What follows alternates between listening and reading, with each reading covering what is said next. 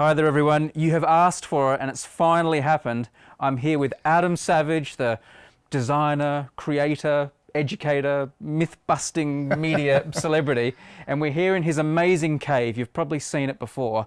You could make 1,000 Objectivity videos here. We're just going to make one.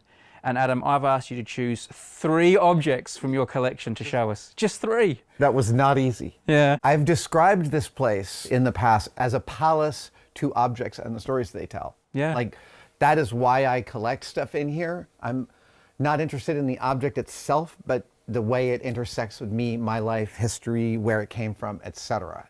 You are on the right channel today. It is a complete sensory overload to stand here. It is really incredible. I could spend years here. So rather than stay in this room where I'm too distracted, we're going to go into Adam's shop where he has some objects laid out for us, and we're going to show them to you. All right. Shall we do it? Let's do it. All right. All right, Adam. We're starting with this, are we? Yeah, this is a weird...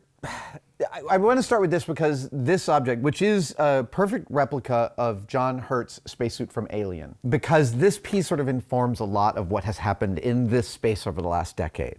I started working on this in 1999, and it took me about 13 years to bring it to fruition. Many of the pieces on here are cast from screen-used parts. In the film, it's designed by Mobius, the famous French illustrator Jean Giraud. He was a holdover on Ridley Scott's crew from Jodorowsky's Dune. Famously, Jodorowsky never got his Dune off the ground, but his art department ended up going to Ridley Scott. And that included H.R. Giger, Ron Cobb, a bunch of other illustrators, and specifically Mobius. And Mobius was only on the art department for a couple of weeks, but designed this suit. This is really unique in science fiction to me, of a suit that looks older than most science fiction movies. Yeah. It looks Japanese here, like it's a samurai or something. Or... Absolutely. There's this mix of like cricket armor and samurai armor, and I mean, there are these hieroglyphs on which make no sense from an engineering standpoint, but really work towards telling a story of detail. Are these accurate to what was in the movie? 100%. This helmet is cast off of one of the screen-used helmets. Oh, so you actually got your hands on the original stuff to make this? Yeah. So for those who don't know, one of the things Adam's best known for, among numerous things, is making these replica suits from films and science fiction stuff. And this is kind of the origin story suit. Absolutely. So before I had access to any of the real stuff, a friend of mine worked at Planet Hollywood. He had access to Lambert's suit. And I had been looking at it for months, doing problem solving on the kind of weave pattern I was looking for this. I had figured out there were pleats under here. I had gotten the right plastic. But there's these little pips that the parts go through, these little loops.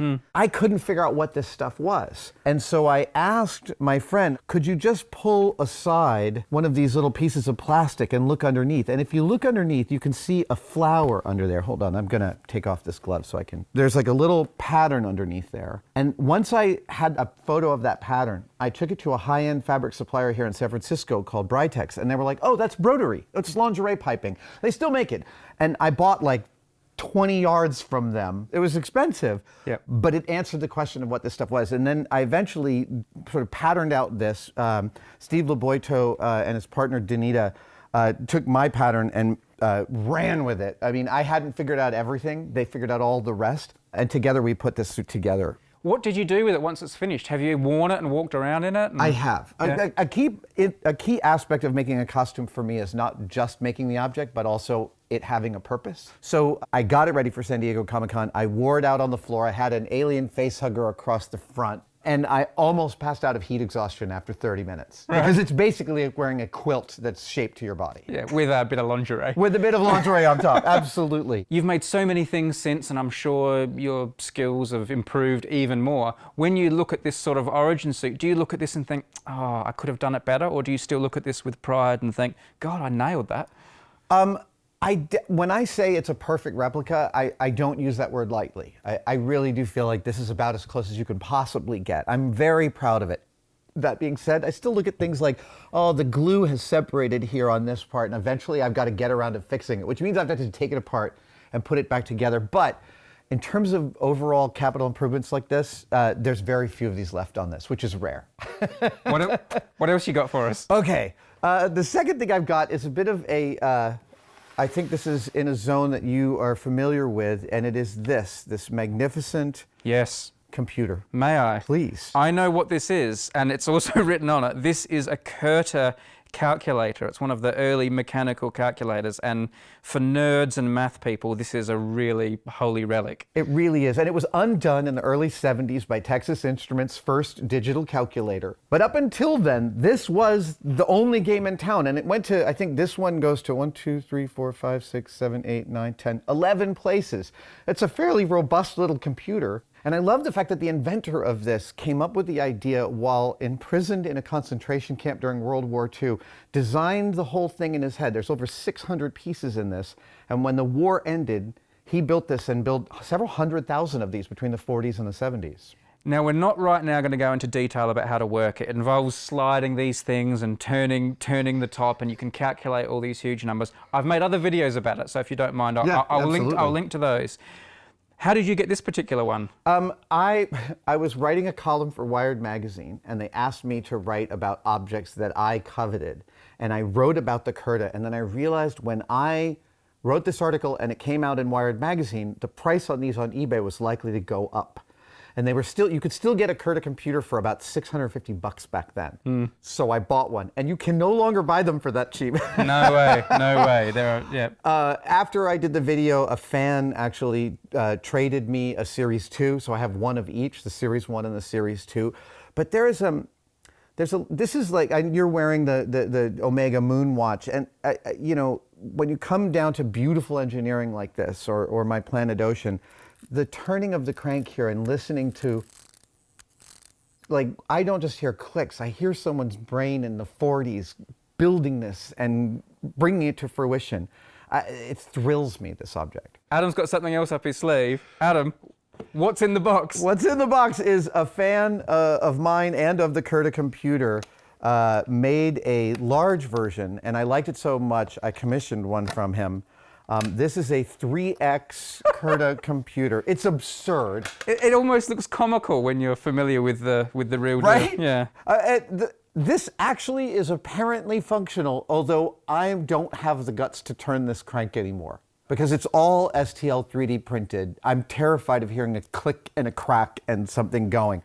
That's one of the most impressive fan gifts I think I've ever seen. And these actually, when you move these down, the number registers change. It's insane that it actually is functional. Fantastic. Okay, that's 2 down. That's 2 down. The last thing I have is, I like to point out sometimes that I'm interested in objects, but I'm also interested in an experience with objects. So when I collect something, I'm looking for maybe a direct experience or a simulacrum or some place in which that line gets blurred. And I found this Italian sculptor who makes beautiful renditions of Leonardo's codices.